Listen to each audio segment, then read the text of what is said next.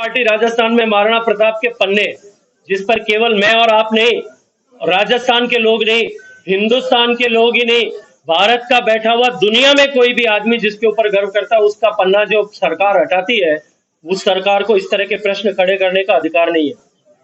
कांग्रेस का कहना है कि अगर बीजेपी आए तो ओपीएस को संग बना सकता है। अभी ओपीएस लागू हो, इसको लेकर के भी अभी तो संकट रेस क्या प्रदेश के जो लोगों के सामने, प्रदेश के कर्मचारियों के सामने खड़ा है। जैसा मैंने कहा कि ये केवल चुनावी घोषणा और चुनाव में लाभ प्राप्त करने की घोषणा के रूप में, एक हथियार के रूप में उन्होंने लिया है। एक बार कांग्रेस पार्टी को कर्नाटक और हिमाचल प्रदेश की सरकारों ने घोषणा करने के बाद कांग्रेस की सरकारों ने जो उसमें असमर्थता व्यक्त की है, पहले उसका जवाब देना चाहिए। भारत की सरकार इस विषय के स्थायी समाधान के लिए एक उच्च स्तरीय कमेटी बना करके उस पर विचार कर रही है, ताकि किसी भी तरह से हमारे किसी भी कार्मिक का जो सेवानिवृत्ति के बाद मिलने वाले परिलाभ है उसमें नुकसान न हो। इसका हॉलिस्टिकली रिव्यू करके, इसका फॉर्मूला बना करके इस विषय को एड्रेस करने के लिए गंभीरता से काम कर रही है। राजस्थान में भाजपा आती है तो पत्रकार सुरक्षा कानून के लिए आपका क्या पिछली बार कांग्रेस की। देखिए, आप केवल पत्रकारों की सुरक्षा बात करते हैं।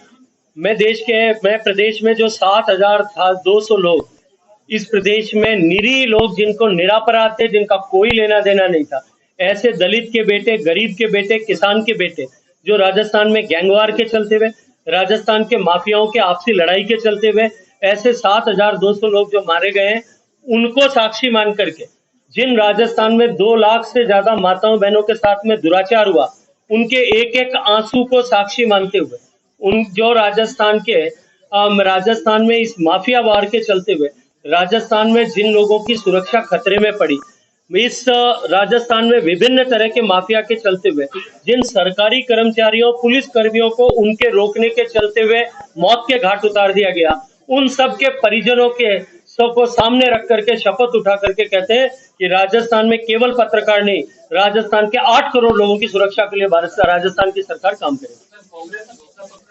चलो यार, अब इतना बहुत हो गया, अगली बार करेंगे। धन्यवाद।